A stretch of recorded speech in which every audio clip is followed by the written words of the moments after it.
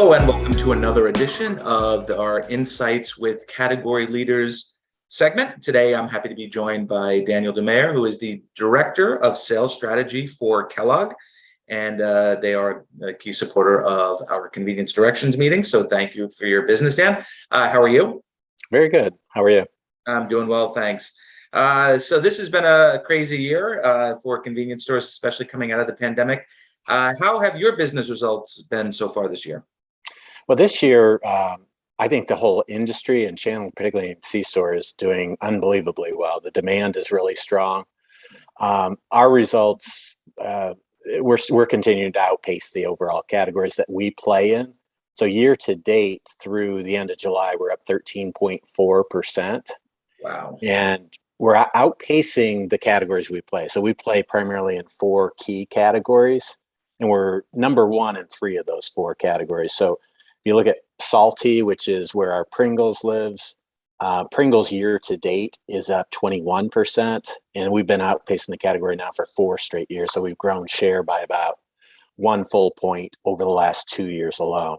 Crackers, we have 61 share driven by Cheez-Its. Our Cheez-It brand is up 15% this year. Our portable wholesome snacks is the 3rd category. We've got several strong brands there with Rice Krispie Treats, Pop-Tarts, RX Bar. We're the share leader there. Pop-Tarts, for example, is up over 24% year to date. And then finally is a cereal category. About 10% of our overall volume is in cereal. And we're the share leader in that with about a 46 share. So we've had a great year this year, and really 4 really strong years where we've been growing share consistently amongst each of those years.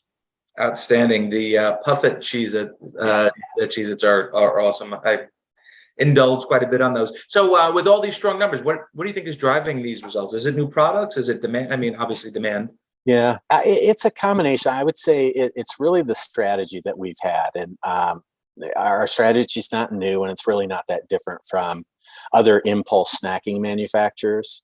So it's 4 parts. And number 1, I think, is the most important, is driving the core. Mm-hmm. So you're not going to have strong, sustainable results unless your core is strong. So I've rattled off some of our brands, the Pringles, Cheez-Its, Rice Krispie Treats.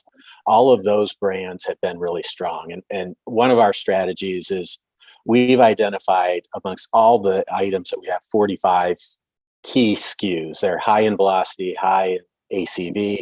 That's our first goal, is to support those, make sure they're in distribution, make sure they have optimal shelf placement.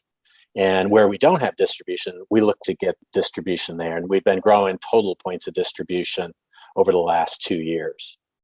Next, you reference innovation is key as well. So just what you mentioned, if you look over this year and over the last couple of years, we've had really strong innovation results with Cheez-It Puffed, Cheez-It Scorchin', Cheez-It Snapped we had a couple of years ago. Pringles Scorchin' is what we've launched 2 years ago, and we've had some new innovation there as well. We had examples like Pop-Tart Bites, Rice Krispie Treat Dunked. So that's the key for us, is with innovation, we want to get speed to shelf. We typically launch our innovation in December and try to get that in market and support with displays that first quarter of the year. I think 2 other keys to our strategy. So it's really a 4-part strategy. The next one is probably the most challenging, but the best of the best manufacturers do this. And that is they place their top selling core items in multiple spots throughout the store. Oh, yeah. Yeah. If you think of a C-store consumer, they're typically on that mission. They are going to go to the food service area, coffee bar, fountain beverage. And we want to place our impulse snacks in their path. So we know that if we can put, for example, Pop-Tarts next to coffee, that can help build the basket. That can result in an impulse purchase. Pringles and Cheez-Its near that fountain area or food service. So if somebody's buying a sandwich for lunch, great accompaniment for that. So we've had some really strong success over the past couple of years in placing permanent racks in stores that drives consumer attention. And then the 4th part of the strategy that we've really focused on is promotions. So we know that you get a lot stronger lifts overall when you get display. And we've got a variety of shippers and counter units for our core items, for our innovation. And we like to map out a full year calendar, mixing it up from brand to brand each month. to try and generate that consumer excitement. Mm. So those are really four things that we've done a good job, I would say, over the past really 3-4 years on exploiting some of those opportunities. And C-stores are made just for that. I've noticed, I didn't think about it till you mentioned it, but I see two different Pringle size cans, the large and the smaller can in different parts of the store. And one, I guess, is aimed at that immediate consumption, and one is more of a take-home item.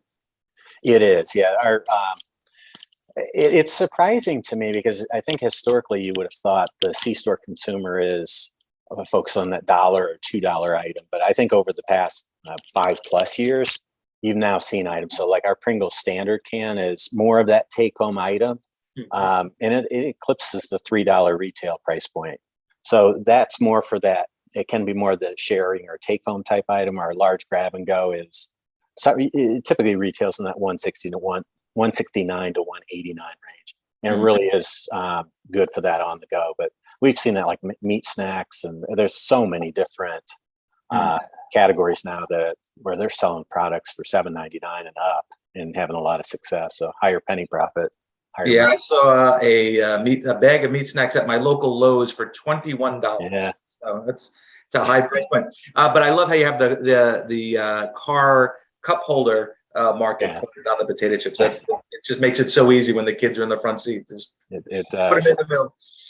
So I would imagine you guys are going to have a very active NAC show if you like to do the introductions in December. So can you talk maybe a little bit about your growth plans, maybe what we could see at the NACS conference? Anything new?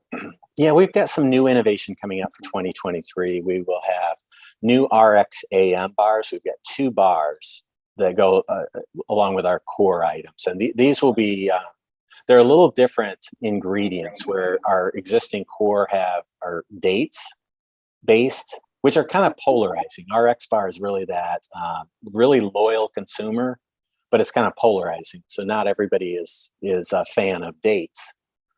So this will have more nut butter, and it's just a different chewing experience, less chewy, less dense. So we're excited about that. We're going to have a lot of media support behind that. We will also have a new Cheez-It, another puffed item, Scorchin', which will be coming out. And then we've got, taking advantage of some of our cereal brands, we have a new jumbo snacks, and we're actually partnering with Cinnabon. So it'll be Cinnabon jumbo snacks. And then so that's really going to be the focus for innovation. I would say normally we have more innovation, but I'm sure the C-store community recognizes all the supply challenges that have been happening this past year. We've made the concerted choice to kind of pull back on innovation. So any brand where innovation might interfere with the production of core items, we've kind of pushed that out until later in 2023 and into 2024. So we'll share some of the plans that we have for those items later in the year at NACS, but that was a concerted decision that we made to push that out to try and get our fill rates back up on the core SKUs. Well, fortunately, it seems like some of these supply chain issues are starting to ease. I don't know if ease is the right word, but things are improving, and I would imagine a year out we'll hopefully be back to normal. Knock on wood. Well, good. Dan, thank you so much for your time. This was very informative, and I do look forward to seeing the products at the NAC show and stopping by for a visit. If you're tuning in, I'm sure you don't need any information on Kellogg. Everyone is familiar with one of those iconic brands. So you can visit them online and stop by the NAC show and take a look at what they're doing. Thanks for listening, everyone. Have a good afternoon.